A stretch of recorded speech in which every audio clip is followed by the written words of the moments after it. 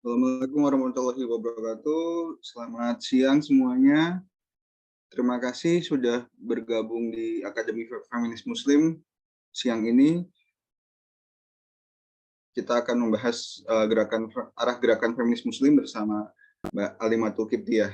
Mbak Alimatul Kiptiah adalah Komisioner Komnas Perempuan, kemudian anggota Majelis Tarjih Muhammadiyah, dan guru besar gender di Fakultas Dakwah dan Komunikasi UIN Sunan Kalijaga. Terima kasih Mbak Alim yang sudah mau memberikan waktunya untuk sedekah ilmu di siang ini. Untuk selanjutnya saya serahkan pada Mbak Alim. Terima kasih Mas Adi. Bismillahirrahmanirrahim. Assalamualaikum warahmatullahi wabarakatuh. Salam sehat, salam kebaikan, salam Indonesia yang binika untuk kita semuanya. Waalaikumsalam warahmatullahi wabarakatuh. Terima kasih teman-teman yang sudah ikut tertarik untuk berdiskusi bersama terkait dengan arah gerakan feminis Muslim di Indonesia. Sebenarnya dari daftar yang ada 44 ya mahasiswa atau peserta yang mendaftar gitu. Tidak apa-apa karena ini sifatnya adalah diskusi santai gitu ya, tidak mempengaruhi tentang lulus tidaknya. Sehingga kita mengalir aja. Mudah-mudahan teman-teman yang belum hadir saat ini nanti dapat mendengarkan tayangan ulangnya ya di YouTube begitu ataupun di channel lainnya.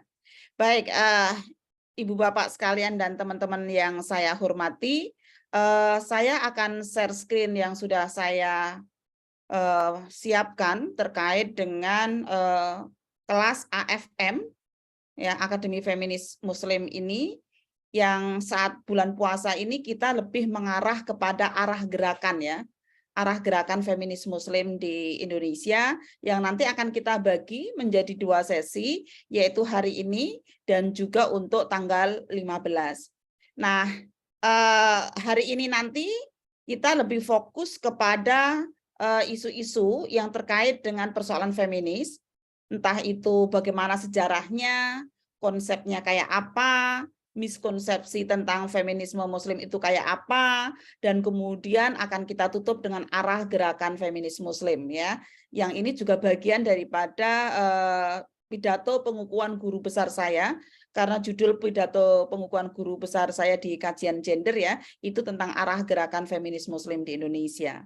Baru nanti tanggal 15 kita akan bicara persoalan-persoalan gender dan pemanaannya, gender dalam Islam, dan bagaimana sih upaya-upaya menguatkan kondisi yang berkeadilan dan berkesalingan begitu. Saya lihat teman-teman di biodata pendaftar juga ada yang sudah pernah ikut AFM batch 2 Mas Adi. Ya, dari 44 itu saya lihat ada sekitar 72% yang perempuan dan selebihnya adalah laki-laki. Saya senang sekali kalau banyak laki-laki yang sudah mulai banyak ikut ya berdiskusi dengan kita gitu, sehingga Pak Mas Adi nggak sendirian aja gitu ya, sehingga ada temannya gitu. Terima kasih sekali lagi teman-teman para peserta yang sudah tertarik untuk 2 jam ke depan berdiskusi bersama Akademi Feminis Muslim bersama saya ya sebagai komisioner dan juga Profesor Kajian Gender dari UIN Sunan Kalijogo, Yogyakarta, dan memang kesehariannya juga aktif di Majelis Tarjih dan Tasdid Pimpinan Pusat Muhammadiyah dan juga sekarang sebagai Sekretaris Lembaga Penelitian dan Pengembangan Pimpinan Aisyah di Pimpinan Pusat Aisyah. Nah, ini kurang lebihnya nanti akan kita bicarakan ya.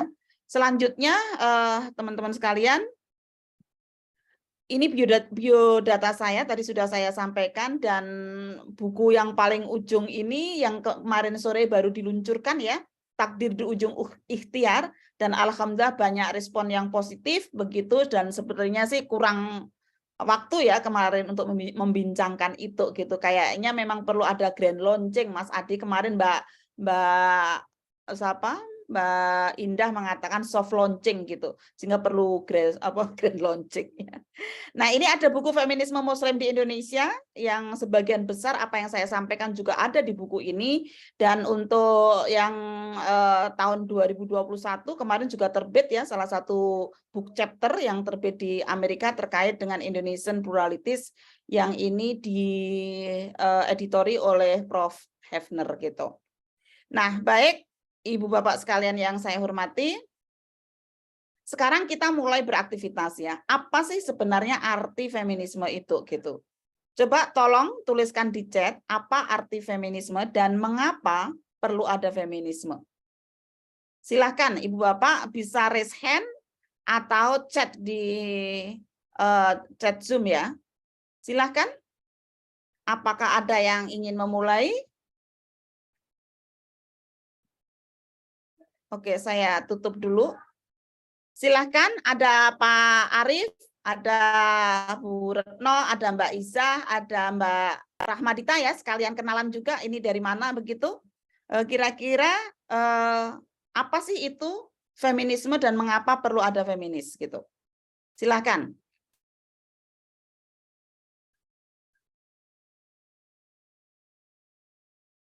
Ya, silahkan Ibu Bapak sekalian.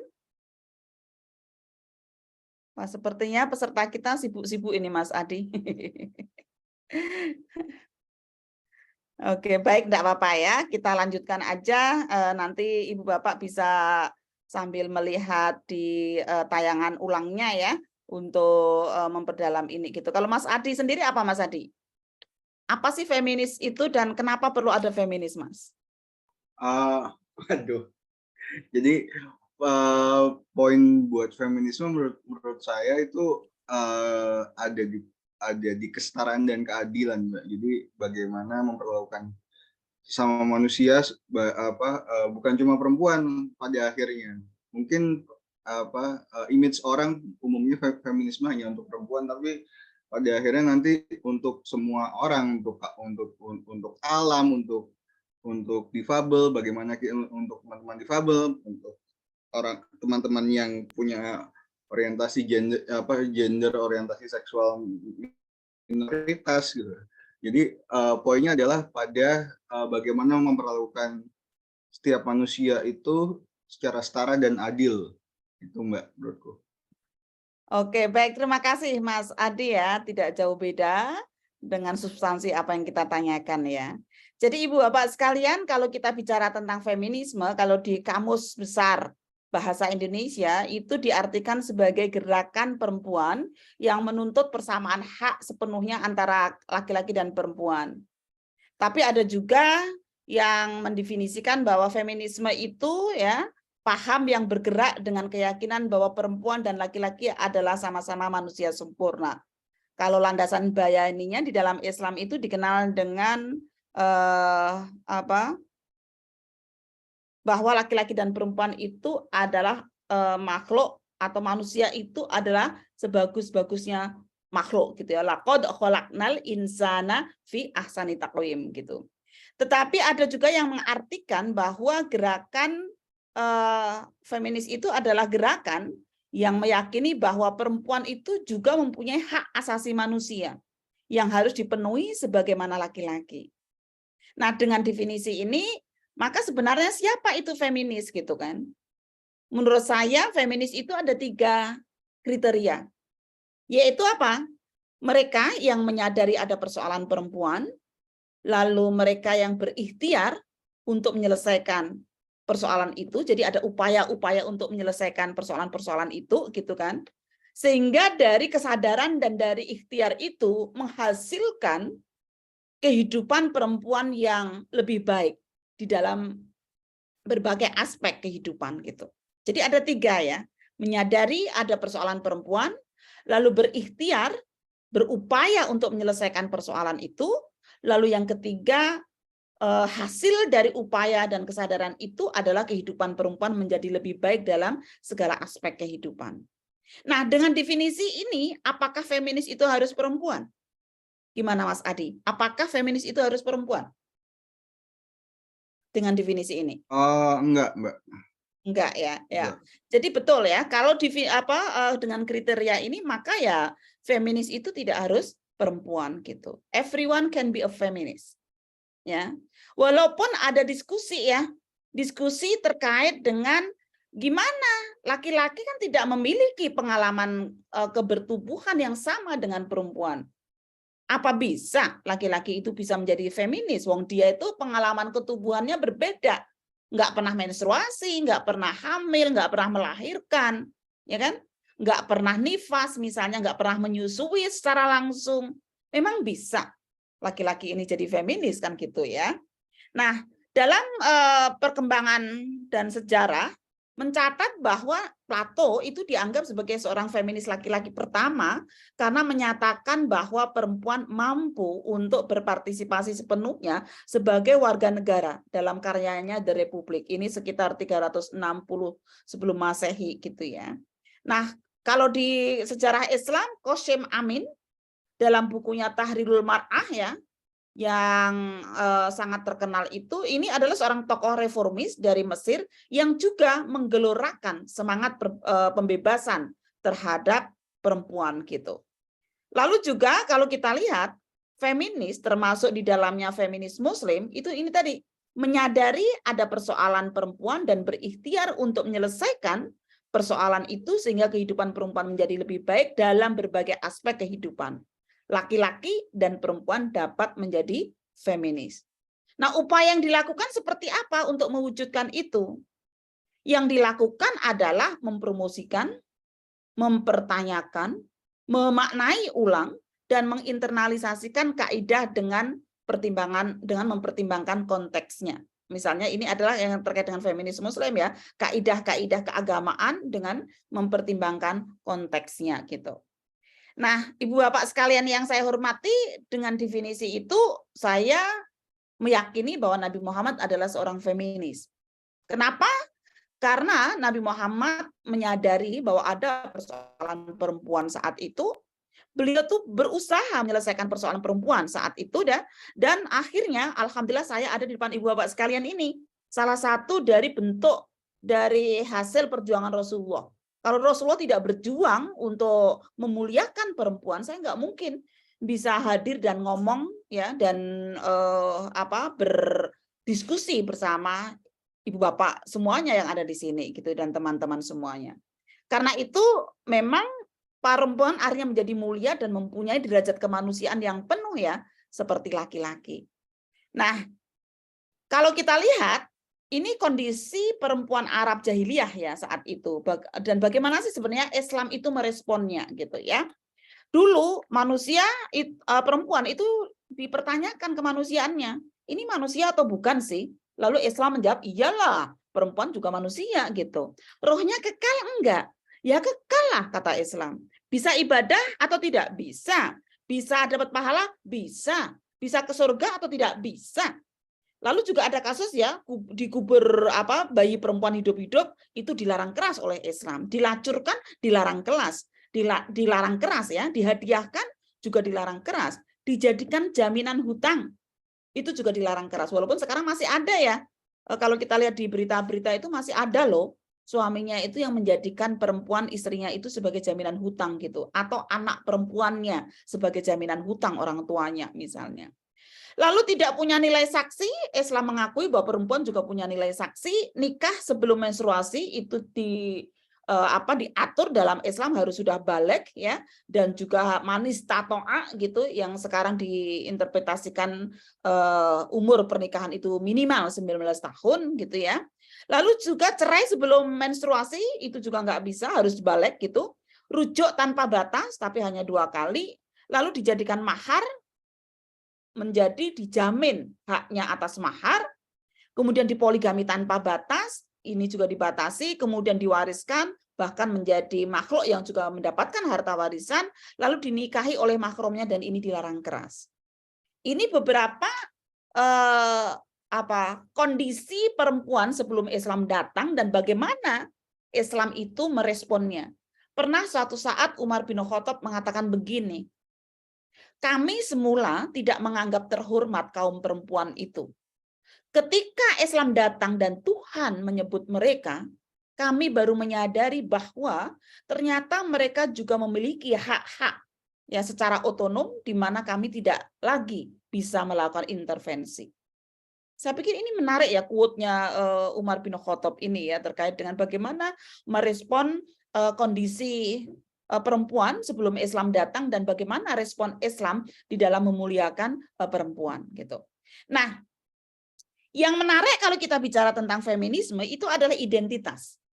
Identitas feminis itu dalam banyak kalangan itu problematis. Tidak semua pembela hak-hak perempuan itu bersedia menyebut dirinya sebagai feminis ya. Di Indonesia kebanyakan mereka menyatakan diri sebagai feminis itu adalah dari kalangan muda. Kalau di Barat yang saya tahu karena saya pernah sekolah di sana itu malah justru kebalikannya. Ya, kalau tahun 70-an itu gerakan perempuan banyak yang menyebut diri feminis, tapi tahun 90-an anak-anak muda itu juga menolak untuk menyebut diri feminis. Beliau mengatakan begini, mereka-mereka itu. Ya, saya mencintai keadilan, tapi saya nggak mau menyebut saya sebagai feminis gitu. Saya mencintai keadilan. Hal ini karena ada negatif stigma yang terbangun di masyarakat kalau feminis pada tahun 70-an itu adalah galak, tidak mau dandan, sak karepe dhewe begitu. Tetapi di Indonesia penolakan itu juga sering dikaitkan dengan negatif stigma yang dilekatkan pada istilah feminis itu. Misalnya apa? Wah, ini nggak sesuai dengan agama, ini menganut budaya barat, individualis, dan berhubungan dengan gerwani PKI misalnya, anti laki-laki dan mendukung lesbianisme misalnya kayak gitu. Nah, penelitian itu dalam buku Feminis Muslim di Indonesia, buku saya, itu ada temuan yang menarik ya untuk konteks di Indonesia, yaitu apa? Lebih banyak laki-laki yang menyebut dirinya feminis daripada perempuan. Gitu. Ini loh kok bisa ya? Mestinya kan ya perempuan ya yang menyebut diri seorang feminis, tapi ini laki-laki begitu. Jadi lebih banyak laki-laki yang menyebut diri feminis daripada perempuan. Kenapa?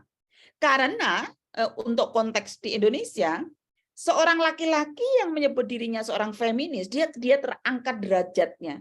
Dia mendapatkan label-label positif bahwa karena kamu seorang feminis, kamu akan mencintai istrimu, akan mendukung pekerjaan-pekerjaan rumah dan juga pengasuhan gitu, dan juga akan melindungi hak-hak perempuan gitu. Tapi sebaliknya, ketika seorang perempuan menyebut diri seorang feminis, seringnya itu negatif stigma itu melekat pada dirinya, yaitu apa? Ini ingin menguasai suaminya gitu ya. Ini tidak mau hamil, ini menyalahi keluarga dan lain sebagainya kayak gitu. Sehingga menyebut diri seorang feminis di Indonesian konteks ya di konteks Indonesia itu lebih beresiko bagi perempuan daripada laki-laki di dalam penelitian yang saya temukan gitu. Nah, selanjutnya Ibu Bapak sekalian, mengapa sih perlu ada feminis? Ini pertanyaan yang kedua saya tadi ya. Kenapa perlu ada feminis? Karena masih banyak cara berpikir, penafsiran, dan keyakinan yang mengakar dan membudaya menempatkan perempuan tidak senilai dan bahkan di bawah laki-laki. Sehingga melahirkan banyak persoalan dan penderitaan pada perempuan seperti perempuan terdiskriminasi dan juga perlakuan tidak adil lainnya. Persoalan ketidakadilan itu mulai dari alam fikir, keyakinan, sikap, dan perilaku. Karena itu kalau kita menggunakan teori Yusuf analisis teori atau iceberg analisis teori itu, mental model itu menjadi sesuatu yang sangat penting untuk dibongkar, lalu kemudian diubah cara berpikirnya, perspektifnya, karena kemudian itu akan mempengaruhi tentang sikap dan perilakunya. Ini beberapa contoh ketidakadilan yang dialami oleh perempuan, misalnya keyakinan bahwa perempuan itu sebagai sumber fitnah, sehingga berhak dilecehkan. Perempuan tidak boleh jadi pemimpin laki-laki. Perempuan sebagai objek seksual, upahnya juga masih rendah. Gitu. Nah, ini contoh-contoh ya dari ketidakadilan yang dialami oleh perempuan. Nah, ini salah satu bentuk ketidakadilan yang banyak dialami oleh perempuan, misalnya catcalling, keramahan palsu saya menyebutnya. Apa itu keramahan palsu? Ya, pengennya itu menyapa, tapi palsu gitu, pakai agama lagi gitu ya. Misalnya apa? Assalamualaikum cantik, assalamualaikum bagi dong nomornya, misalnya kayak gitu. Nah, kadang-kadang ini seolah-olah sesuatu yang tandaan ya, yang kadang-kadang seolah-olah itu sesuatu yang normal dan diterima gitu di masyarakat. Padahal dalam banyak kasus kata-kata seperti itu juga cukup membuat orang perempuan terutama itu trauma gitu. Karena itu teman-teman sekalian, kalau ini terjadi dan membuat perempuan tidak nyaman ya, maka bisa jadi akan mendapatkan sanksi ya 9 bulan penjara atau denda 10 juta rupiah ketika memang dapat dibuktikan bahwa ada indikasi dengan maksud untuk merendahkan dan melecehkan. Jadi perlu hati-hati dengan salah satu ketidakadilan gender yang banyak dialami oleh perempuan terkait dengan keramahan palsu ini. Nah, selain itu persoalan yang lain misalnya adalah tentang perkawinan anak ya. Perkawinan anak data di Indonesia itu 1:9 untuk perempuan dan untuk laki-laki itu 1:100. Artinya banyak anak perempuan itu menikah dengan laki-laki dewasa. Tapi kalau anak laki-laki menikah dengan anak perempuan gitu ya, itu sedikit jumlahnya. Tapi kalau anak perempuan menikah dengan laki-laki dewasa itu tinggi. Padahal kita tahu kalau ini terjadi, maka akan sangat mungkin dampak terhadap perempuan, ya terhadap si anak ini biasanya akan terhambat pengembangan dirinya di dalam pendidikan, dan dia juga dipaksa matang untuk menjadi warga dewasa, karena biasanya kalau sudah menikah lalu ikut dasawisma, ikut PKK, dan lain sebagainya. Karena itu ini menjadi sesuatu persoalan yang serius ya, yang mana kalau kita lihat angka dispensasi kawin tahun 2019 itu ke 2021 ya, itu meningkat tajam ya, sekitar 300-an% dari 23.000 menjadi 64.000, lalu turun 59 ya, lalu turun gitu. Harapannya nanti juga akan turun terus ya. Berarti karena sekarang undang-undang perkawinan itu memutuskan bahwa usia pernikahan itu 19 tahun, baik untuk laki-laki dan perempuan, dan ternyata ketika itu diberlakukan jumlah DK-nya banyak ya, dispensasi kawin, itu banyak banget, berarti selama ini perempuan yang menikah umur 19 tahun, umur 18 tahun itu banyak sekali gitu. Jadi ini menjadi suatu catatan penting terkait dengan salah satu bentuk ketidakadilan gender yang dialami oleh perempuan. Nah, sekarang kita masuk kepada sejarah feminisme ya. Nah, Ibu Bapak sekalian, kita sangat paham bahwa sejarah secara substantif ya itu sudah ada sejak Plato yang tadi sudah kita sebutkan di awal gitu ya. Tapi sebagai sebuah gerakan ada sekelompok perempuan ya, itu kalau zaman Rasulullah itu sekitar 60-an ya yang melakukan demo untuk menyampaikan aspirasinya kepada Rasulullah atas perlakuan para suami yang suka memukul.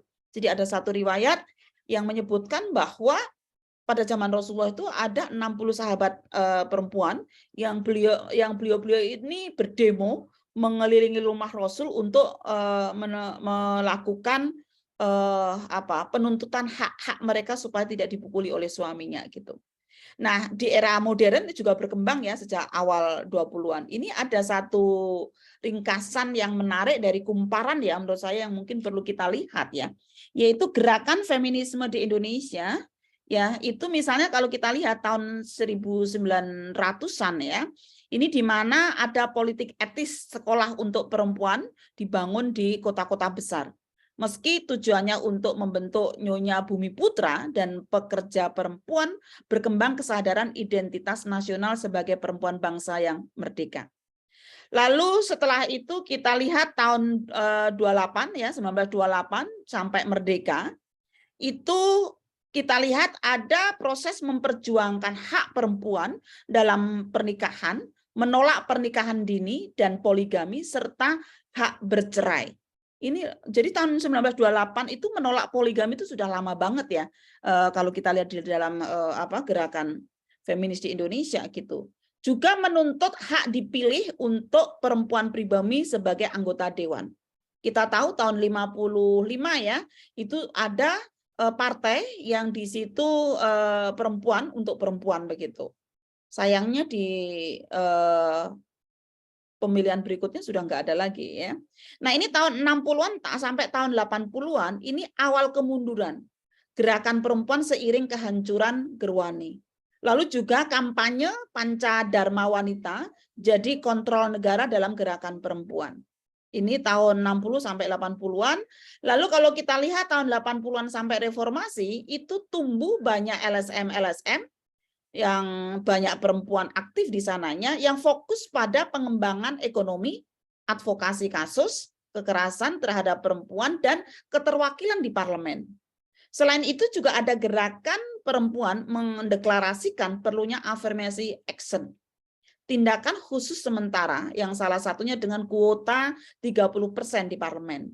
Nah, tahun 2000-an ke sini ada tuntutan ya perempuan pekerja terhadap perusahaan dan juga negara untuk melindungi hak-hak reproduksi, melawan pelecehan dan berbagai bentuk kekerasan seksual terhadap perempuan. Sehingga kita tahu tahun 2022 ya kemarin disahkannya Undang-Undang TPKS ya, salah satu hasilnya ya.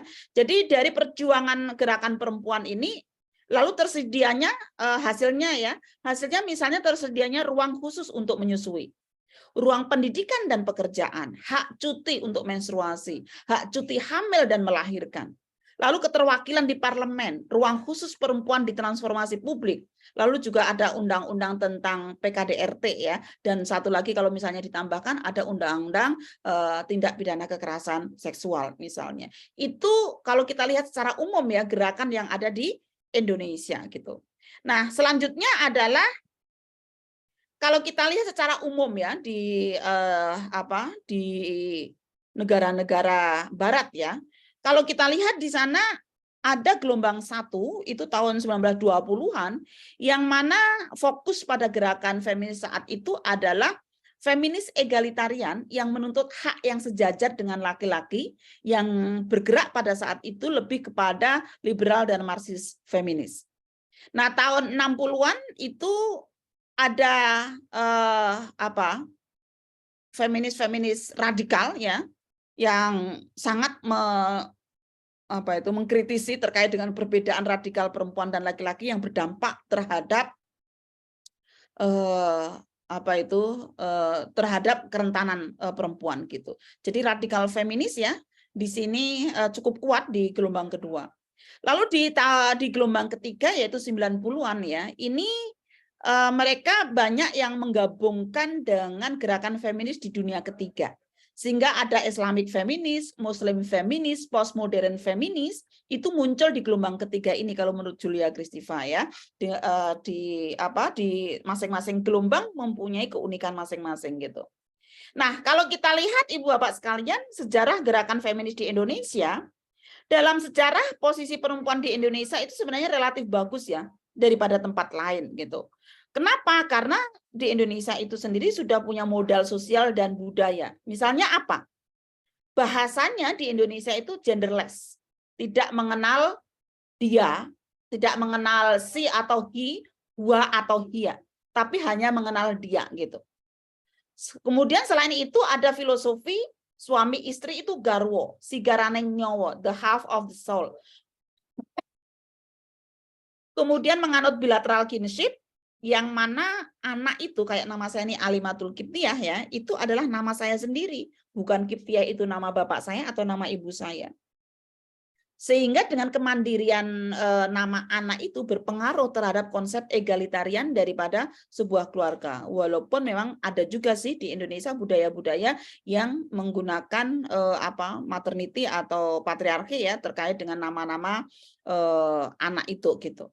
Nah, kita tahu dalam sejarah kepemimpinan perempuan juga tercatat ya, yang banyak sekali ya dari Tribuana Tunggadewi, dari Sultanah, Cut Nyadin, kemudian kita juga punya Presiden Megawati dan lain sebagainya.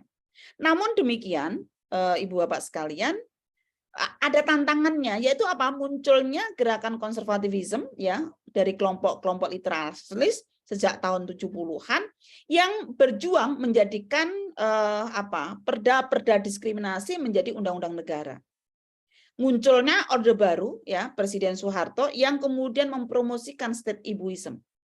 State ibuism dengan adanya Dharma Wanita misalnya ya, pada satu sisi memberikan ruang kepada perempuan untuk berkiprah, tapi satu sisi itu kayak digoceki gitu, kayak di ngecolke sirahe batek buntute kalau orang Jawa.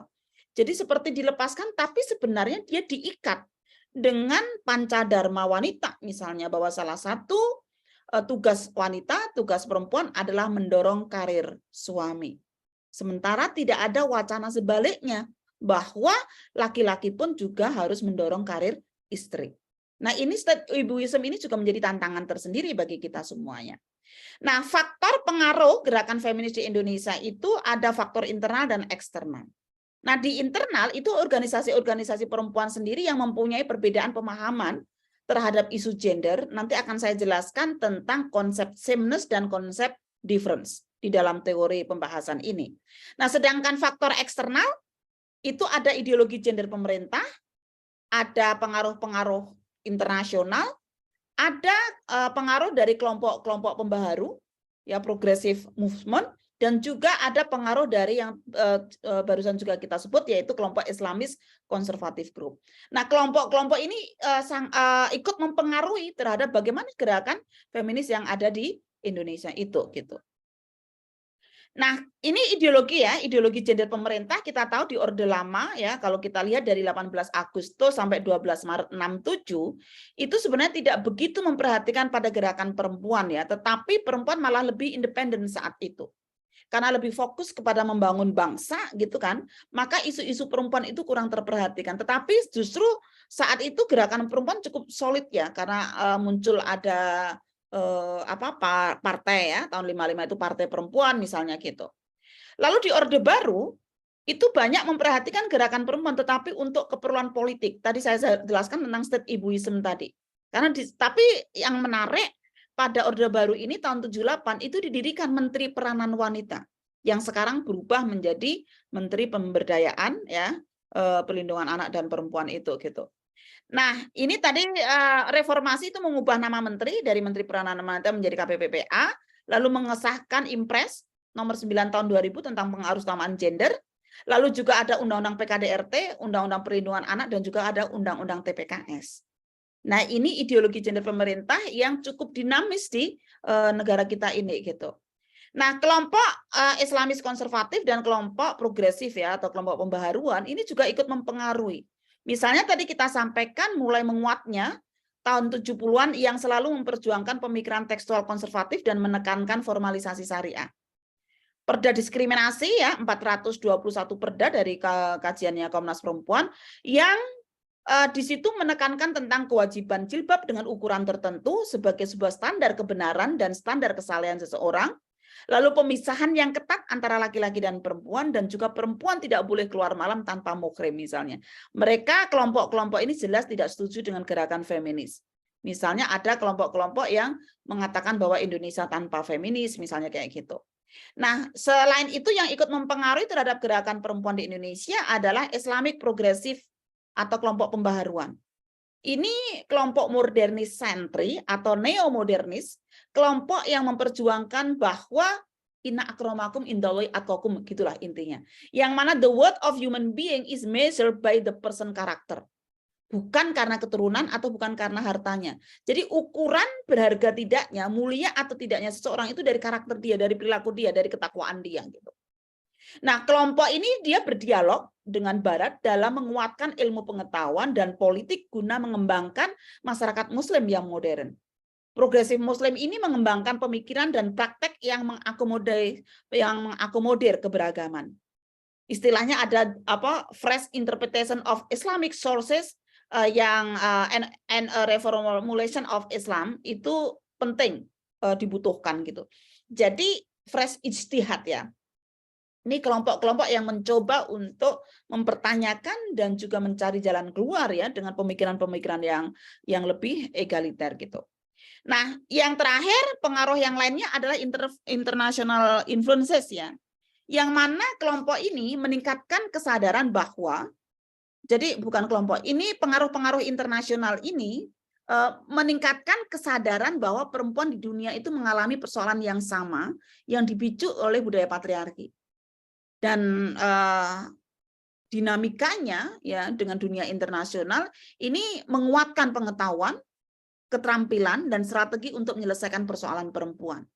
Membangun network secara internasional, misalnya di PSW di mana saya dulu aktif di sana, itu banyak sekali kerja-kerja dengan internasional donor ya, dengan Ford Foundation, dengan Eloise, dengan SIDA dan sebagainya. Lalu saat ini misalnya juga ada banyak program internasional ya, GETSI, Inklusi, Mampu, Jitu, dan lain sebagainya. Mekanisme pemantauan internasional juga semakin kuat tentang laporan SIDO, UPR, Commission Status of Women, dan lain-lainnya itu juga semakin kuat. Sehingga ini cukup mempengaruhi bagaimana dinamika gerakan feminis yang ada di Indonesia. Nah, sekarang kita masuk kepada feminis Muslim ya. Kalau kita tahu tadi secara global feminis Muslim itu masuk gelombang ketiga, memang ini mulai menguat tahun 90-an. Feminis Muslim itu meyakini bahwa Islam mengajarkan keadilan dan kesetaraan antara laki-laki dan perempuan dan antara kelompok sosial yang berbeda. Mereka berargumentasi bahwa nilai itu tidak bersumber dari feminis sekuler, tetapi sumbangan para feminis sekuler adalah justru meneguhkan identitas keislaman para feminis Muslim ini. Tujuan daripada feminis Muslim adalah mengembalikan nilai-nilai keadilan yang menjadi semangat ajaran dalam Al-Quran dan dicontohkan oleh Rasulullah. Jadi sebenarnya tidak membuat norma baru, tidak membuat nilai baru. Tapi itu semua sudah ada di dalam Al-Quran, cuma cara membaca Al-Quran, cara membaca hadis-hadis itu dengan cara-cara yang lebih komprehensif untuk mendapatkan the closest meaning yang Allah inginkan begitu. Jadi sekali lagi Ibu Bapak sekalian, tujuan feminis Muslim adalah mengembalikan nilai-nilai keadilan yang menjadi semangat ajaran dalam Al-Quran dan juga dicontohkan oleh Rasulullah SAW. Salah satu tokoh Maria Ulfah Santoso tahun 1935, dia sebagai ketua proyek ordinansi perkawinan, dia mengatakan bahwa poin-poin penting, ini tahun 32 ya, perkawinan itu harus dicatatkan. Monogami merupakan syarat mutlak perkawinan. Dan jika seorang pria ingin berpoligami, istri pertamanya dapat mengajukan gugatan cerai melalui pengadilan. Dan perzinahan yang dilakukan oleh suami juga dapat menjadi dasar perceraian. Wah, ini kan luar biasa sekali. Jadi mengapa saya katakan menguat ya? Karena sebenarnya tahun 32 ya ide-ide feminis Muslim itu sudah mulai digalakkan saat itu sebelum Indonesia merdeka. Cuma kemudian ada Orde Lama, Orde Baru, lalu kemudian di akhir periode Orde Baru itu tahun 90-an ya, itu mulai menguat ya gerakan feminis Muslim ini. Nah, sekarang peta pemikiran tadi kita lihat bahwa salah satu faktor internalnya adalah dinamika dari gerakan perempuan itu sendiri gitu. Ada kelompok equal complementary dan ada equal partnership atau difference maximizer teori ya, kemudian sameness minimizer teori. Nah, kalau kelompok yang berbeda gini ya, dia kelompok yang meyakini bahwa laki-laki dan perempuan itu berbeda, namun perbedaan itu menjadi kekuatan yang saling melengkapi. Nah, perbedaan yang dimaksudkan tidak hanya perbedaan reproduksi ya, tetapi juga perbedaan psikologis gitu. Misalnya perempuan lebih lembut, laki-laki lebih tegas, perempuan itu lebih detail, laki-laki lebih makro, perempuan itu penjaga moral bangsa, laki-laki penjaga ekonomi dan politik bangsa misalnya. Sehingga kelompok-kelompok ini kecenderungannya mereka akan memperhatikan kebutuhan praktis perempuan, dia melihat pada peran-peran sosial, berpikirnya adalah efisiensi, dan melihatnya adalah sesuatu yang dapat diukur, tangible, yang dapat dilihat gitu. Dan biasanya bicaranya tentang sumber daya. Nah, sedangkan kelompok equal partnership atau sameness, kelompok ini meyakini bahwa perempuan dan laki-laki pada dasarnya mempunyai kesamaan. Yang membedakan adalah bagaimana lingkungan, ya, budaya, penafsiran, media, ideologi itu yang membentuknya itu, karena pada dasarnya sama gitu. Hanya yang membedakan adalah persoalan reproduksinya saja. Dalam memimpin dan berperan untuk kemajuan bangsa, laki-laki juga bisa lembut dan detail dan juga ramah, dalam memimpin dan berperan di masyarakat, demikian juga sebaliknya untuk perempuan. Nah, kelompok Semnes ini kebanyakan mereka lebih menekankan upaya-upaya untuk pemenuhan kebutuhan strategis. Bicaranya relasi kuasa, fokus kepada pemberdayaan, dan bicara sesuatu yang tidak bisa dilihat oleh mata, diantaranya adalah persoalan kekuasaan. Jadi bicara dominasi, kemudian bicara tentang kekuasaan, kerentanan gitu ya, itu ada di kelompok-kelompok yang equal partnership ini gitu. Nah, selanjutnya Ibu Bapak sekalian, perdebatan pemikiran dua kelompok ini adalah kelompok Semnes itu mengkritisi kelompok different yang kata kelompok Semnes, ini kelompok different ini berjuang tapi kok semu gitu. Dan belum tuntas, tidak sampai ke akar-akarnya. Sementara kelompok bersamaan dia mengkritik ya kelompok perbedaan ya, mengkritik kelompok persamaan itu, wah ini berjuang ya berjuang tapi kok udah kebablasan ya, dan kurang mempertimbangkan aspek konteks misalnya. Karena itu teman-teman sekalian ya, dari peserta kelas AFM ini sangat penting sekali memahami peta pemikiran ini supaya tidak saling menyalahkan. Sama-sama ingin memperjuangkan kehidupan perempuan menjadi lebih baik, tapi karena cara melihat persoalan itu berbeda, maka kadang-kadang saling menyalahkan gitu. Sehingga ini sangat penting sekali. Nah, selanjutnya kita masuk kepada poin-poin terakhir ya, terkait dengan sesat pikir tentang feminisme. Sering dipahami kalau kita mendengar istilah feminisme, itu sesat pikir yang sering terjadi adalah misalnya feminisme adalah konsep barat. Feminis itu radikal. Feminis itu hanya perempuan yang bisa jadi feminis. Feminisme itu hanya fokus pada isu perempuan. Feminisme itu benci laki-laki atau misandri. Feminis adalah perempuan yang senang berdandan dan memakai pakaian terbuka misalnya. Atau feminis itu untuk mencapai kesetaraan, feminisme harus melemahkan laki-laki. Feminis sejati tidak menggunakan rias wajah dan BH misalnya. Feminisme tidak diperlukan lagi karena perempuan sudah setara dengan laki-laki. Ini akan kita kumpas, iyakah seperti itu gitu. Karena ini sebenarnya sesat pikir ya, atau negatif stigma yang sering dilekatkan kepada istilah feminisme itu gitu. Nah, yang pertama misalnya terkait dengan feminisme itu menggugat Al-Qur'an gitu. Yang sering disalahpahami ya. Feminisme itu menggugat Al-Qur'an, misalnya menempatkan laki-laki suami sebagai kepala rumah tangga, perempuan di rumah saja, berpergian harus ada muhrim. Misalnya ini konsep tekstual yang sering dipahami ya oleh kebanyakan masyarakat gitu. Nah, maka sebenarnya kita bisa membuktikan bahwa yang digugat itu penafsirannya, bukan Al-Qur'annya. Karena teks keagamaan itu tidak hadir dalam ruang hampa, tetapi ada konteksnya. Jadi kalau misalnya bepergian harus dengan muhrim, apa arti muhrim itu? Kalau muhrim itu artinya adalah bagaimana perempuan itu terjaga keamanannya, maka tidak harus selalu yang menjaga keamanan perempuan itu adalah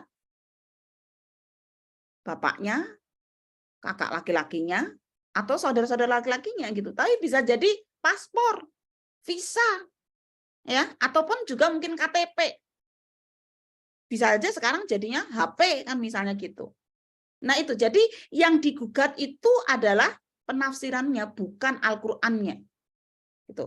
Ada juga yang mempersepsikan bahwa perempuan itu perlu mendapatkan kesempatan yang sama dalam pendidikan, memiliki satu tujuan yaitu produktivitas kerja. Jadi orang itu kalau bekerja, kalau sekolah itu mesti pada pekerjaan misalnya, padahal enggak juga gitu. Pendidikan itu bukan hanya untuk produktivitas kerja. Tidak ada persoalan kok jika ada perempuan yang memilih untuk tidak bekerja dan itu menjadi kesepakatan bersama, namun bukan berarti dia berhak direndahkan karena dia tidak bekerja. Karena kan memang masih realitasnya ya perempuan-perempuan yang mempunyai penghasilan secara ekonomi itu lebih mempunyai bargaining power dibanding yang tidak punya penghasilan secara ekonomi. Nah, lalu juga ada feminisme itu menggugat kepemimpinan perempuan dan perempuan itu sudah mulia sebenarnya, jadi nggak perlu gitu ya. Misalnya begini, Perempuan harus setara dengan laki-laki baik untuk memilih ataupun dipilih. Perempuan tak boleh dibatasi untuk menjadi penguasa baik kepala negara ataupun kepala daerah. Perempuan sekali lagi diajak untuk menggugat syariat Islam yang jelas mengharamkan kepemimpinan perempuan dalam kekuasaan.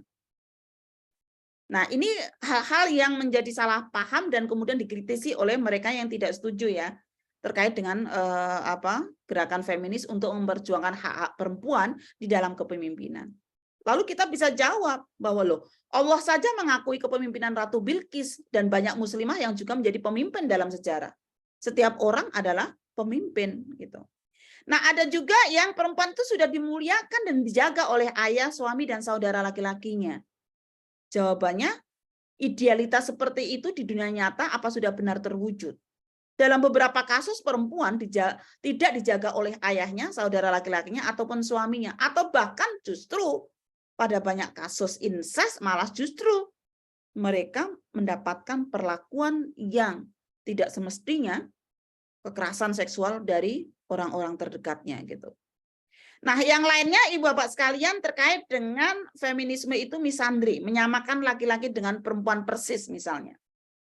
Nah, ini ya, feminisme itu ingin mengungguli laki-laki dan mengambil alih tugas laki-laki. Jawabannya enggak. Ya, laki-laki bukanlah musuh. Tetapi laki-laki adalah partner untuk berjuang menegakkan keadilan. Pemikiran feminis akan membuat laki-laki dan perempuan sama-sama bahagia.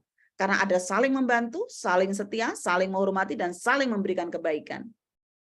Lalu juga feminisme yang dipahami sebagai sebuah keinginan dari kalangan perempuan untuk menjadi sama persis dengan laki-laki. Enggak. Justru kalau sama persis, apalagi kalau dihubungkan dengan hak-hak reproduksi, malah jadi enggak adil. Masa orang hamil disuruh ngangkat galon, gitu kan? Ya enggak bisa kan? Dia kan punya tugas reproduksi perempuan itu. Jadi feminis memahami kebutuhan praktis perempuan berbeda dengan laki-laki karena tugas reproduksinya. Itu berbeda. Jadi kalau disamakan malah justru tidak adil. Nah, selanjutnya Ibu Bapak sekalian, nah kira-kira masih ada nggak miskonsepsi yang sering didengar atau dibaca?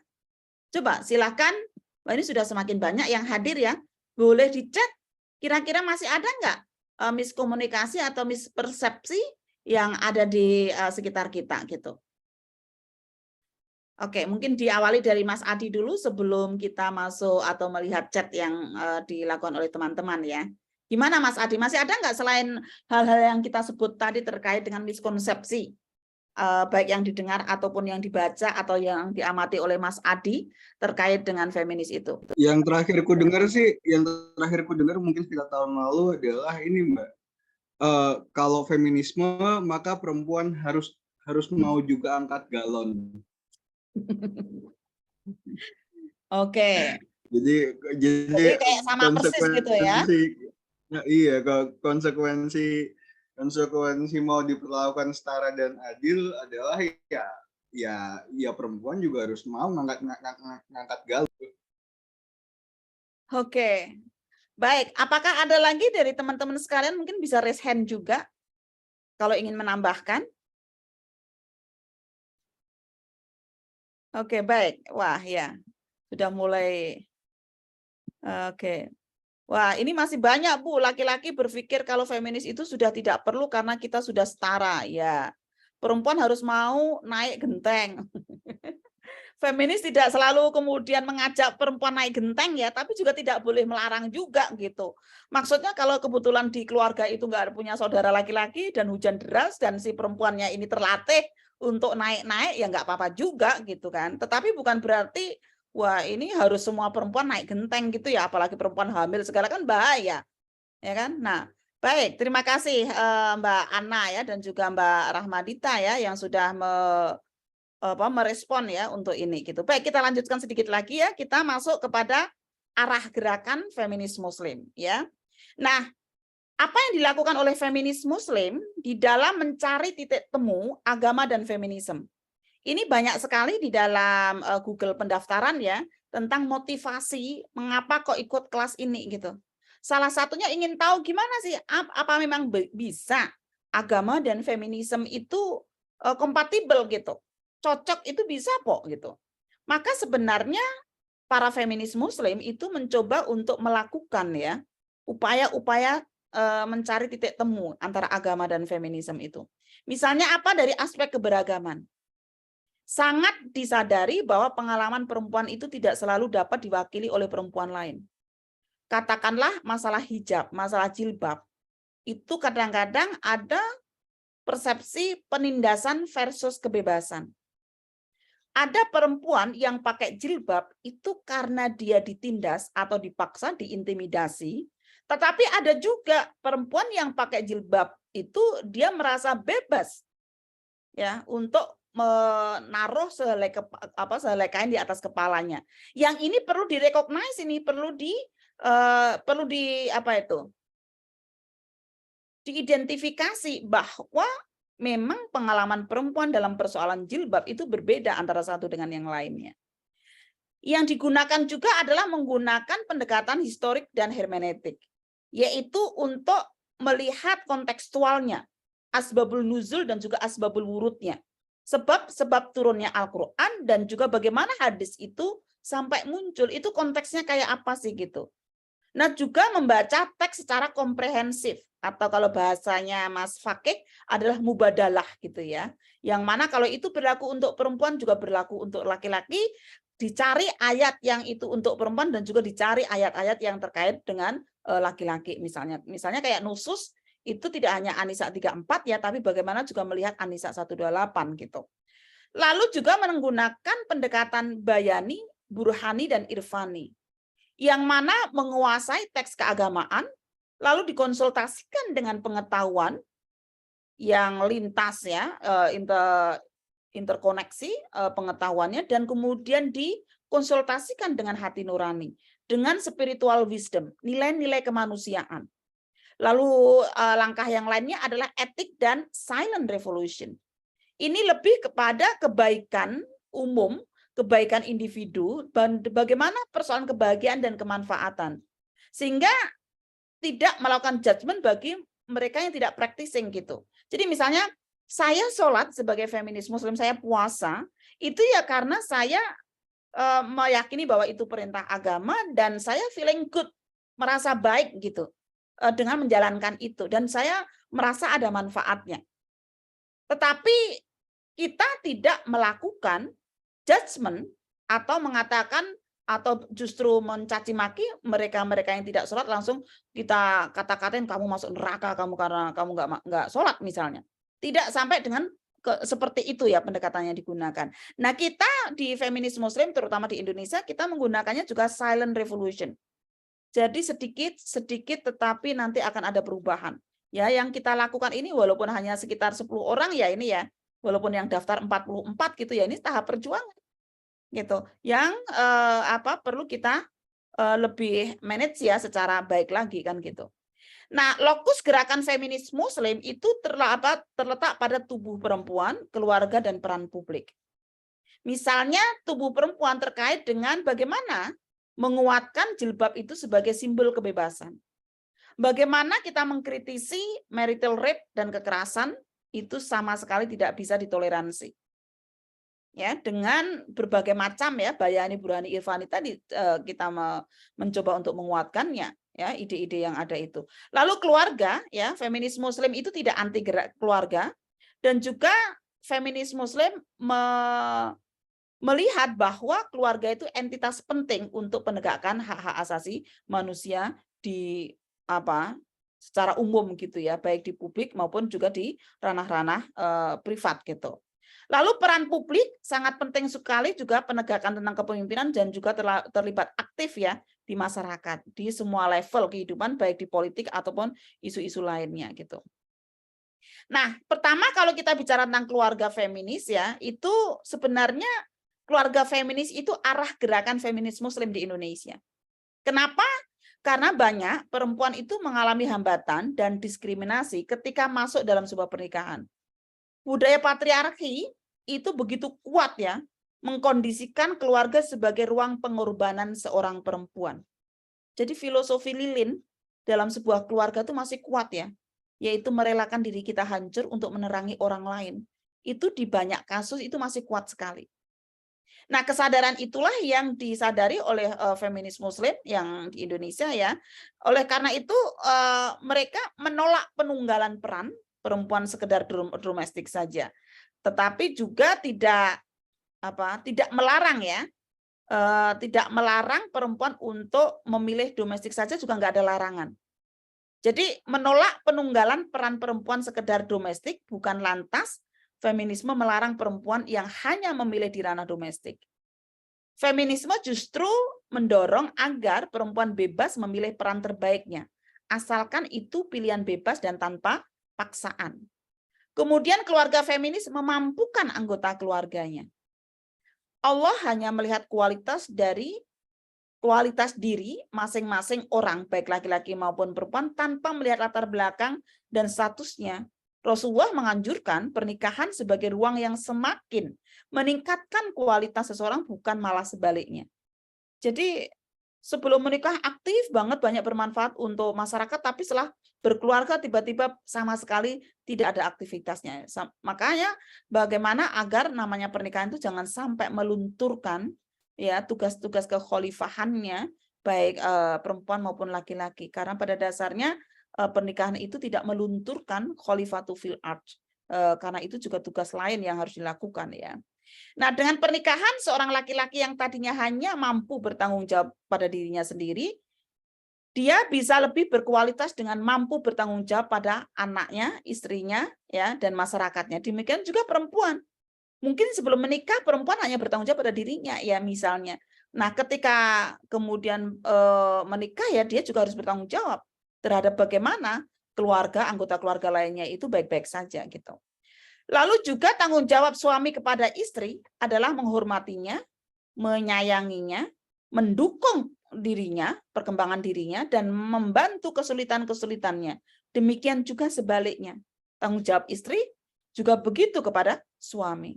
Karena itu keluarga feminis menolak semua bentuk kekerasan dan senantiasa mendukung pasangan yang tumbuh bersama di dalam kebaikan. Keluarga feminis mengedepankan negosiasi dan bukan dominasi. Pada saat bentrok kebutuhan karir antara suami dengan istri, maka kompromi dan negosiasi itu harus dikedepankan, bukan siapa yang harus mengalah. Ya, tapi mungkin siapa yang perlu diprioritaskan sesuai dengan konteksnya. Hubungan cinta di dalam keluarga dilandasi keinginan untuk mendukung kemajuan satu sama lain. Inilah hakikat dari keluarga feminis, yaitu hubungan kesalingan, mubadalah, dan keluarga yang sakinah, membahagiakan orang lain dan juga membahagiakan diri sendiri. Semangat keluarga feminis menghargai semua peran anggota keluarga sama pentingnya, sama mulianya, dan juga mengimplementasikan kesalingan dan kesetaraan, mengedepankan negosiasi dan kompromi bukan dominasi, serta menerima fleksibilitas peran gender yang ada dalam keluarga itu. Pekerjaan domestik adalah dan pengasuhan adalah tanggung jawab bersama, bukan hanya tanggung jawab ibu saja gitu. Tafsir konservatif itu cenderung tidak memperdulikan kemajuan peran dan pikiran istri. Tafsir konservatif terus-menerus menggaungkan bahwa hanya perempuan yang terampil merawat anak dan menyepelekan keterampilan laki-laki. Tafsir konservatiflah yang sebenarnya membuat laki-laki dan para suami itu tidak mampu melakukan keterampilan dasar hidup seperti memasak dan membersihkan rumah.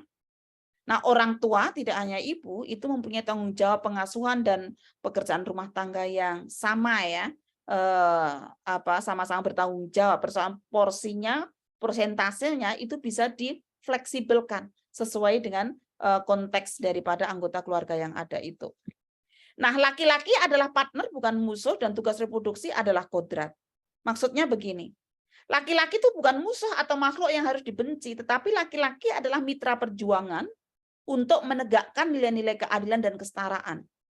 Keluarga adalah entitas penting untuk membangun peradaban bangsa, karena itu hak-hak asasi keluarga sangat penting untuk dipertimbangkan. Feminis Muslim tidak protes pada Tuhan dengan tugas reproduksi, yaitu menstruasi, hamil, melahirkan, nifas, dan menyusui yang diemban oleh perempuan, asalkan ada catatannya ya, tidak protes tapi ada catatannya, asalkan dibarengi dengan keharusan keterlibatan laki-laki untuk meringankan tugas-tugas reproduksi yang berat tersebut. Jadi para feminis Muslim dalam persoalan tugas reproduksi menerima, tetapi sangat mendorong ya terkait dengan keharusan keterlibatan laki-laki di dalam tugas-tugas reproduksi. Nah, feminis Muslim juga practicing religious belief. Keluarga feminis adalah keluarga yang menghargai kebebasan, termasuk kebebasan menjalankan agamanya. Salah satu ciri khas dari kebanyakan para feminis Muslim adalah menjalankan ibadah atau ritual, practicing religious belief, yang mana hal itu dilakukan sebagai bentuk kebebasan beribadah sesuai dengan kenyamanan, kebaikan secara individu yang oleh Ibu Mas Kawe disebut sebagai istilah al-khair gitu ya. Oke. Nah, bahagia di keluarga, bersahaja di masyarakat gitu. Jika seseorang dapat menyelesaikan masalah gender dalam keluarga, relasi kuasa, peran yang tidak seimbang, kesempatan yang tidak merata, serta kekerasan, maka kalau itu bisa diselesaikan dengan baik, maka akan ada jaminan bahwa mereka juga akan berkiprah secara maksimal di ruang publik. Feminis Muslim berpengalaman dalam mengatasi masalah-masalah kontroversi dan perdebatan antara agamawan dan feminis di isu kesehatan reproduksi, pembuat keputusan dalam keluarga, kepemimpinan keluarga, peran dan tanggung jawab, relasi status suami istri, dan anggota keluarga lainnya. Nah, kesimpulannya, Ibu Bapak sekalian yang saya hormati, bahwa feminisme, gerakan yang menyadari adanya persoalan perempuan dan ada usaha menyelesaikan persoalan itu sehingga kehidupan perempuan menjadi lebih baik. Munculnya feminisme karena adanya ketidakadilan yang dialami oleh perempuan. Ketidakadilan gender yang dialami oleh perempuan bukanlah mitos, tetapi itu nyata. Penafsiran agama, keyakinan, ideologi gender pemerintah, gerakan pembaharu dan konservatif, serta dinamika keragaman gerakan perempuan kuat mempengaruhi gerakan feminisme yang ada di Indonesia. Ada keragaman pemikiran dan strategi di dalam mencapai tujuan serta fokus gerakan feminisme di dunia, termasuk di Indonesia, dan juga masih banyak miskonsepsi tentang feminis yang tidak mendasar dan menggunakan kesesatan berpikir. Arah gerakan feminis Muslim Indonesia adalah pada penguatan keluarga feminis. Gerakan keluarga feminis dimotori oleh feminis Muslim di Indonesia. Walaupun feminis Muslim banyak fokus pada keluarga, bukan berarti tidak peduli pada urusan publik. Banyak masalah keluarga ditentukan oleh peran publik sehingga memberikan perhatian pada isu publik juga hal yang sangat penting dan tidak dapat dielakkan. Masa depan gerakan kesetaraan dan keadilan gender di ranah keluarga di negeri ini menurut saya dapat kita andalkan pada gerakan feminis Muslim. Kristalisasi teori-teori feminis Muslim juga mempunyai peluang untuk dikembangkan lebih dalam sehingga dapat membawa kemanfaatan pada umat yang lebih luas. Saya pikir itu, dan ini teman-teman sekalian, ini sebentar lagi AFM, Akademi Feminis Muslim, akan menerbitkan satu buku yang berjudul Jejak Langkah Feminis Muslim Muda, yang ini ditulis oleh para alumni kelas AFM. Nah, nanti saya persilahkan apa alumni kelas AFM bulan Ramadan ini juga akan menuliskan ya sebuah refleksinya, maka nanti insya Allah AFM akan ikut membantu untuk mempublikasikannya. Nah, saya pikir itu Mas Adi, masih ada waktu beberapa menit ya, sekitar 30-an menit yang mungkin kita bisa diskusikan lebih jauh jika ada hal-hal yang ingin ditanyakan ataupun direspon. Kurang lebihnya mohon maaf, terima kasih. Assalamualaikum warahmatullahi wabarakatuh. Salam sehat untuk kita semuanya. Terima kasih Mbak Alim. Teman-teman silahkan kalau ada yang mau tanya.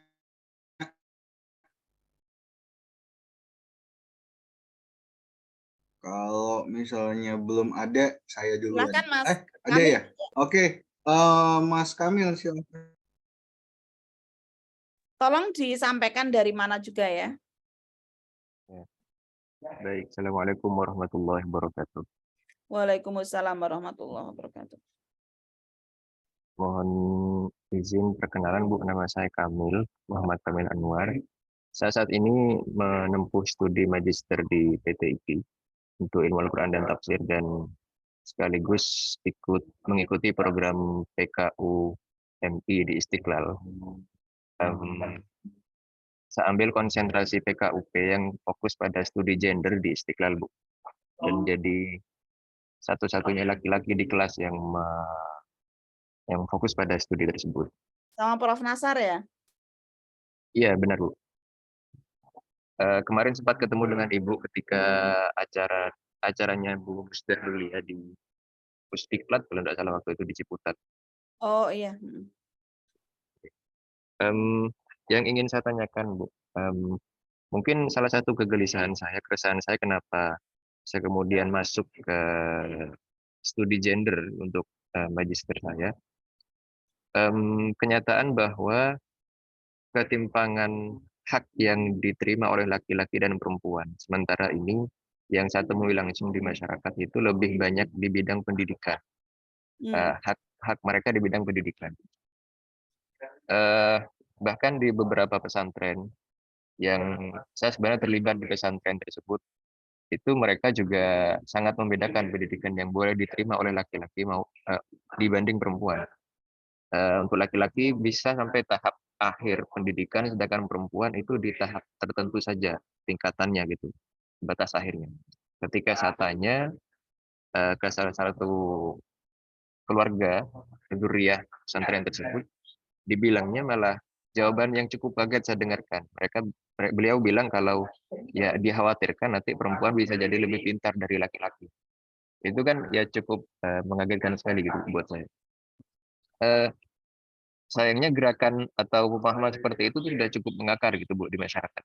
Apalagi basis pesantren yang tadi saya sebutkan itu cukup masif dan besar gitu di Jawa Timur.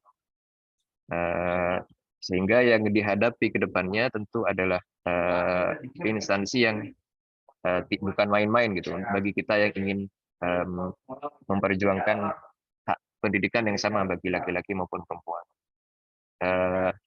Yang mereka juga punya dasar yang kuat dalam studi teksnya, yang itu jadi acuan mereka kenapa ada perbedaan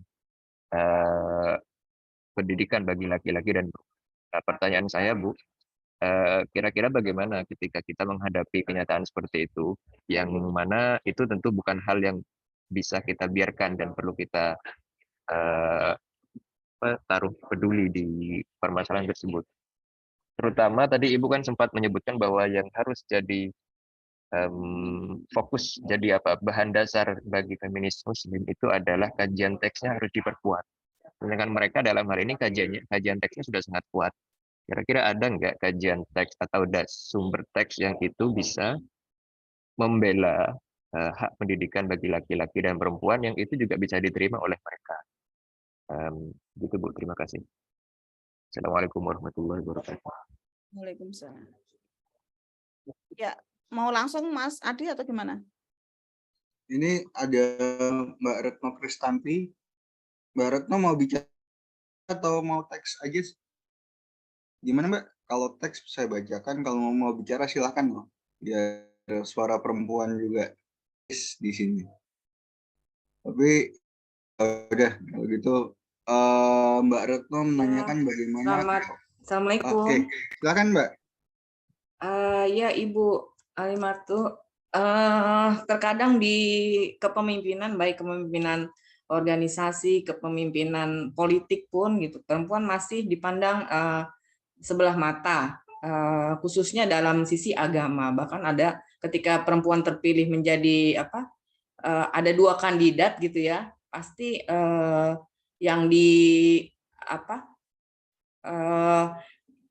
yang akan jadi isu itu adalah dalam agama itu perempuan harus nomor 2, pilih laki-laki dulu sebagai pimpinan. Itu bagaimana pandangan dari sisi feminis muslim dan juga dari sisi agama, Bu? Demikian, makasih. Mbak, sekalian nih Mbak, nyambung dari Mbak Retno, aku pengen nanya ini nih. Soal paradoks Mbak, jadi unintended consequences dari kesetaraan dan keadilan pada perempuan yang kita perjuangkan selama ini Mbak. Jadi gini, kita kan selama ini membayangkan bahwa kalau perempuan itu berkuasa, perempuan itu maju, itu akan membawa rahmat lah bagi banyak pihak gitu. Tapi ternyata kan ya nggak gitu-gitu amat Mbak gitu. Maksudnya perempuan berpendidikan, kemudian dia jadi anggota DPR, tapi misalnya kayak gitu, tapi begitu di sana mengusulkan undang-undang yang mendomestifikasi perempuan gitu, yang lebih prefer pada domestifikasi perempuan. Perempuan sekolah belajar jago teknologi, medsosnya dipakai buat mengkampanyekan poligami gitu. Kayak kemudian perempuan jadi bupati tiba-tiba korupsi ketangkap KPK, jadi gubernur ternyata korupsi ketangkap KPK, jadi bupati ternyata menyegel umat beragama minoritas di daerahnya gitu, Mbak. Itu gimana itu, Mbak? Oke, bentar ya.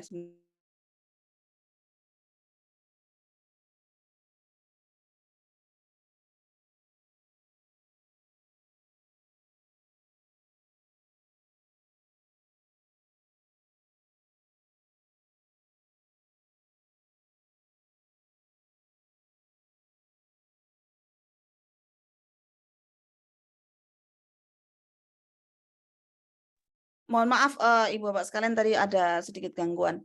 Oke, yang pertama saya sangat mengapresiasi ya pertanyaan dari Mas Kamil, Mbak Retno, dan juga Mas Adi ya. Yang pertama terkait dengan pendidikan.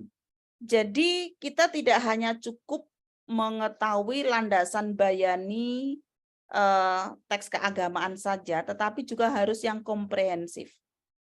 Kalau tadi kita jelaskan ya, upaya-upaya atau strategi feminis muslim di dalam mencari ya titik temu ya, atau mencoba untuk menciptakan penafsiran yang ramah perempuan gitu ya, atau yang progresif gitu kan, ada beberapa cara tadi. Nah, misalnya kalau terkait dengan pendidikan itu pertama ya, kan tholabu ilmi faridotun ala kulli muslimin wal muslimat. Misalnya landasan itu kita gunakan bahwa mencari ilmu itu adalah kewajiban laki-laki dan perempuan. Satu. Yang kedua adalah yarfa'il ladzina amanu. Ya, bahwa orang beriman itu yang berilmu, dia akan diangkat derajatnya. Di situ tidak hanya itu adalah ilmu yang berilmu adalah hanya laki-laki, tapi perempuan pun juga di situ dikatakan untuk juga berilmu, sehingga juga harus punya pendidikan gitu. Maka dari itu mungkin kita perlu mengubah cara berpikir. Kalau tadi kan berarti ada pemikiran mental model dari sebagian masyarakat yang mengatakan bahwa perempuan itu kalau berpendidikan dia akan melebihi laki-laki gitu. Ya. Nah, saya pikir tidak ada masalah laki-laki itu mempunyai atau perempuan itu mempunyai kelebihan di dalam pendidikan dibandingkan laki-laki. Yang tidak dibolehkan adalah jika karena gelarnya banyak lalu digunakan untuk merendahkan laki-laki. Ya kan orang itu pendidikannya lebih tinggi, lebih banyak kan sesuai dengan konteksnya. Ya mungkin salah satu contoh daripada persoalan pendidikan adalah keluarga saya ya. Saya sebagai dosen, maka ya mimpinya adalah jadi profesor. Karena itu kan gelar paling tinggi ya kalau kita mau jadi dosen gitu kan. Nah, suami saya orang perminyakan, beliau bekerja di perminyakan, ya tidak perlu harus banyak gelar gitu. Beliau sarjana perminyakan. Dan itu tidak ada masalah. Jadi katakanlah gelar saya yang banyak itu tidak akan digunakan untuk merendahkan suami. Tapi justru bagaimana itu saling melengkapi gitu. Terkait dengan persoalan-persoalan yang mungkin mempunyai pengalaman berbeda sehingga membutuhkan penanganan berbeda. Jadi teks keagamaannya saya pikir dapat menggunakan tholabu ilmi faridotun ala kulli muslimin wal muslimat, lalu kemudian bahwa orang yang berilmu dan mengamalkan ilmunya, orang yang baca Al-Qur'an dan mengajarkan Al-Qur'an dengan sebaik-baiknya itu akan diangkat derajatnya, misalnya yang itu tidak hanya berlaku untuk laki-laki tapi juga berlaku untuk perempuan. Yang kedua ya memang perlu memperlihatkan ya contoh-contoh baik dari perempuan-perempuan yang mempunyai tingkat pendidikan yang lebih tinggi daripada suaminya, dan mereka juga hidup bahagia dan tidak ada perendahan atau pengunggulan di dalam anggota keluarga itu gitu. Itu. Nah, yang kedua Mbak Retno ya, terkait dengan kepemimpinan perempuan. Ini gimana ya, kepemimpinan perempuan ini kok masih dianggap sebelah mata gitu. Walaupun nanti sebenarnya untuk tanggal 15 kita akan bicara gender dalam Islam ya, yang juga akan membahas tentang isu kepemimpinan perempuan ini. Tapi tidak apa-apa, kita spill sedikit gitu ya. Nah, feminis Muslim melihatnya seperti apa? Kepemimpinan itu sering digunakan untuk menomorduakan perempuan ya, pemahaman-pemahaman yang ada gitu. Misalnya secara bayani, kalau saya itu selalu menggunakan bayani, burhani, irfani ya di dalam menjelaskan. Secara bayani banyak yang menggunakan ar-rijalu qawwamuna 'alan nisa. Rijal itu adalah qawamnya nisa. Nah, pertanyaan kritisnya ini mungkin Mas Kamil tahu ya, karena mahasiswanya Pak Nasaruddin Umar ya, Prof Nasar ya, karena ini disertasinya beliau gitu. Beliau mengidentifikasi perbedaan antara rijal dan dzakar gitu. Yang mana kalau dzakar itu lebih kepada biologically man, yang laki-laki dengan fisik laki-laki gitu ya. Tapi rijal ini lebih kepada sifat-sifat kemaskulinitasan gitu ya. Sehingga di sini sebenarnya ar-rijalu qawwamuna 'alan nisa ya, itu ya bisa laki-laki perempuan, bukan az-zakaru qawwamuna 'alan nisa. Yang ini agak berbeda gitu, berbeda. Nah, di situ juga penafsiran-penafsiran pada umumnya ya masih memang menggunakan ayat itu ya untuk melegitimasi bahwa dalam persoalan politik kepemimpinan itu ya laki-laki harus didahulukan daripada perempuan misalnya. Nah, tapi kita juga menggunakan landasan ayat-ayat yang lain ya. Kalau kita bicara kepemimpinan itu kan juga bicara tentang peran-peran publik, peran-peran politik yang ayat hadisnya banyak sekali. Ya, arijalu apa itu inni ja'ilun fil ardi khalifah ya, bahwa setiap orang itu entah laki-laki dan perempuan adalah sama-sama khalifatu fil ard gitu ya, atau An-Nahl 97 misalnya, yang mana bahwa laki-laki dan perempuan sama-sama didorong untuk beramal soleh di dunia masyarakat gitu ya, dan lain sebagainya. Banyak sekali ya landasan-landasan normatif yang ada itu gitu. Nanti insya Allah tanggal 15 akan kita lebih perdalam ya, termasuk kepemimpinan perempuan dalam sholat, bolehkah perempuan jadi imam sholat laki-laki dewasa dan sebagainya, nanti akan kita bahas di pertemuan tanggal 15 itu gitu. Nah, terus sekarang pertanyaan yang terakhir ya dari Mas Adi adalah, ini gimana? Banyak juga perempuan-perempuan itu yang fisiknya perempuan itu pemikirannya tidak ramah perempuan, kan gitu. Ya karena memang budaya patriarki itu tidak selalu hanya ada di otaknya laki-laki. Budaya patriarki itu juga ada di otaknya perempuan, sebagaimana juga bahwa pemikiran-pemikiran egaliter dan progresif itu tidak hanya selalu ada di kepalanya perempuan, tapi juga ada di kepalanya laki-laki. Saya yakin ibu bapak yang ada di sini ya, itu ya mudah-mudahan yang walaupun laki-laki tapi mempunyai otak yang tidak patriarki gitu. Tapi otak-otak yang penuh dengan semangat egalitarian dan juga pemikiran-pemikiran progresif yang menghargai bahwa perempuan juga manusia sempurna sebagaimana laki-laki yang juga harus diperhatikan hak-haknya gitu. Jadi memang pemikiran patriarki itu tidak selalu ya ada pada laki-laki dan tidak mungkin ada pada perempuan, bukan begitu, tetapi bisa juga perempuan yang belum terpapar dengan diskusi-diskusi kesetaraan, keadilan, ya bisa jadi dia masih mempunyai pemikiran-pemikiran yang mendomestifikasi ya, mendomestifikasi perempuan dan menghambat ya karir dan juga pemenuhan hak-haknya gitu. Nah, saya pikir itu Mas Ari dan kawan-kawan semuanya ya, mudah-mudahan apa yang kita ikhtiarkan ya pada 1,5 jam ini bisa kita wujudkan, tidak hanya sekedar diskusi tapi bagaimana ini kita kawal untuk implementasinya di masyarakat sehingga kita sebagaimana feminis muslim tadi disampaikan bahwa tujuannya adalah mengembalikan ya nilai-nilai keadilan yang ada dalam Al-Qur'an dan hadis yang dengan tempaan sejarah ya pada kehidupan masyarakat ini jauh gitu, kadang-kadang lepas daripada semangat Al-Qur'an itu gitu. Nah, mudah-mudahan ini menjadi amal jariah kita dan menjadi keberkahan kita di bulan puasa ini. Saya pikir itu diskusi kita pada sore hari ini, Mas Adi dan kawan-kawan. Sampai ketemu lagi ya di tanggal 15. Nanti kita akan banyak bicara tentang gender dalam Islam. Kita akan keluarkan landasan bayani, burani, dan irfaninya terkait dengan isu-isu gender dalam Islam.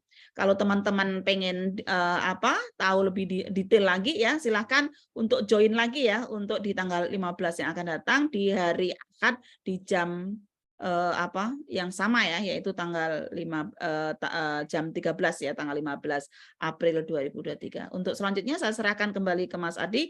Kurang lebihnya mohon maaf. Terima kasih. Hunna libasul lakum wa antum libasul lahun. Assalamualaikum warahmatullahi wabarakatuh. Waalaikumsalam warahmatullahi wabarakatuh. Makasih Mbak Alim dan teman-teman semua. Mohon diisi daftar hadir yang sudah saya tautkan linknya di chat box. Kemudian sampai ketemu tanggal 15 April 2023 hari Sabtu, besok hari Sabtu minggu depan, dan selamat berbuka puasa buat semuanya. Makasih. Assalamualaikum. Waalaikumsalam. Makasih semuanya. Waalaikumsalam. Terima kasih Bu. Terima kasih.